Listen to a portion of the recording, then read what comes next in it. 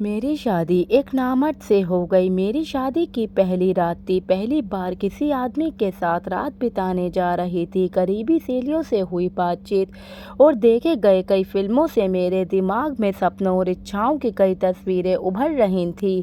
सिर झुकाए, हाथ में दूध का गिलास लिए मैं बेडरूम में घुसी। अब तक सब कुछ वैसे ही था जैसे मैंने सोचा था, लेकिन मुझे बिल्कुल भी आभास नहीं था कि मुझे कुछ ही देर में ज़ोरदार झटका लगने वाला है। अपने सपनों के मुताबिक जब मैं कमरे में आती हूँ तो मेरा पति मुझे कसकर गले लगाता है और सारी रात मुझसे प्यार भरी बातें करता है, लेकिन वास्तविकता में जब मैं कमरे में घुसी उससे पहले ही मेरे पति सो चुके थे। मेरे लिए ये बेहद तकलीफ भरा था। ऐसा लगा कि मेरे पूरे अस्तित्व को मेरे पति ने नकार दिया हो। मैंने अपनी शादी को लेके जितने भी सपने देखे थे सारे बिखरते हुए नज़र आ रहे थे। कॉलेज के दिनों में ही नहीं, ऑफिस में भी मैंने कई लड़कों और लड़कियों के बीच गहरी दोस्ती देखी थी। वो अपने पार्टनर के कंधों पर अपना सिर टिकाए होते, हाथ पकड़े घूमा करते थे। तब मैं सोचती थी कि काश मेरे साथ भी कोई होता। मुझे अपनी ज़िंदगी में ऐसे ही किसी साथी की तमन्ना थी। मेरा एक बड़ा परिवार था, 4 भाई, 1 बहन और वृद्ध माता पिता। इसके बावजूद मुझे हमेशा अकेलापन महसूस होता था। मेरे सभी भाई बहन शादीशुदा थे और उनका अपना परिवार था। कभी कभी मुझे लगता कि क्या वो मेरी परवाह भी करते हैं कि मेरी उम्र बढ़ रही है और मैं अभी तक अकेली हूँ। मेरे दिल में भी प्यार की इच्छाएं थीं, लेकिन ये तन्हाइयों से घिरा हुआ था।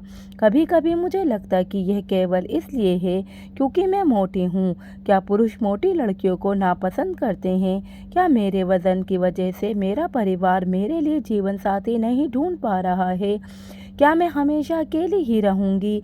ये सवाल हमेशा ही मेरे मन में घूमते रहते।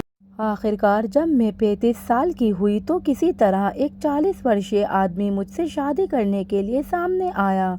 उससे मिलने के दौरान मैंने उन्हें अपनी भावनाओं के विषय में बताया, लेकिन उन्होंने कभी इस पर ध्यान नहीं दिया और ना ही इसका कोई जवाब दिया। वो थोड़े परेशान दिखे। वो नीचे की ओर देखते हुए चुपचाप बैठ गए और केवल अपना सिर हिलाते रहे। मैंने सोचा कि आजकल की महिलाओं से ज़्यादा पुरुष शर्मीले होते हैं। मेरे होने वाले पति भी कोई अपवाद नहीं हैं। शायद इसलिए उन्होंने कोई जवाब नहीं दिया, लेकिन शादी की रात हुई उस चीज़ ने मुझे उलझन में डाल दिया। मुझे नहीं पता कि उसने ऐसा क्यों किया। जब अगली सुबह मैंने उनसे पूछा तो उन्होंने कहा कि वो ठीक नहीं थे, लेकिन आगे भी कुछ नहीं बदला। हमारी दूसरी, तीसरी और कई रातें ऐसी ही बीतीं।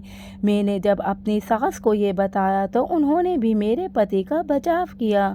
उन्होंने कहा वे शर्मीला है, उसे बचपन से ही लड़कियों से बात करने में झिझक रही है। उसने लड़कों से स्कूल में पढ़ाई की है। उसकी ना तो कोई बहन है और ना ही कोई महिला मित्र। इस बात से मुझे कुछ पलों की तो राहत मिल गई, लेकिन मैं इस विषय में सोचना बंद नहीं कर सकी। मेरी सारी उम्मीदें, सपने और इच्छाएं दिन ब दिन टूट रही थीं। मेरे पति शायद ही मुझसे बात करते थे। मुझे लगता था कि हमेशा मेरी उपेक्षा हो रही है। वो मुझसे दूर भागते। छूना पकड़ना तो दूर की बात थी, मेरे सब्र का बांध टूटने लगा।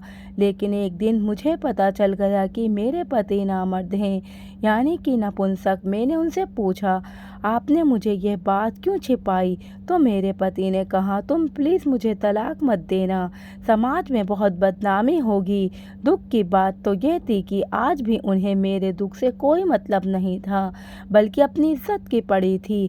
हद तो तब हुई जब मेरे पति ने कहा कि तुम्हें किसी और से संबंध बनाना है तो तुम बना सकती हो, चाहो तो किसी और से बच्चा भी पैदा कर लो, मैं उसे अपना नाम दे दूंगा। उस समय में सब्र की बांध टूट गया और मैंने उनसे तलाक ले ली। मैं 40 की हो गई हूँ और अब भी अकेली हूँ। इस दौरान मुझसे कई मर्दों ने संपर्क किया। वो सोचते थे कि मैंने अपने पति को इसलिए छोड़ा क्योंकि उनसे मुझे शारीरिक संतुष्टि नहीं मिलती थी और वे मुझसे वो सब करना चाहते थे। यह मेरे बारे में गलत और बकवास बातें थीं। मैं ऐसे मर्दों से दूर रहने की कोशिश करती। इनमें से कोई मुझसे मुझसे शादी या समर्पित रिश्ता कायम नहीं रखना चाहता था।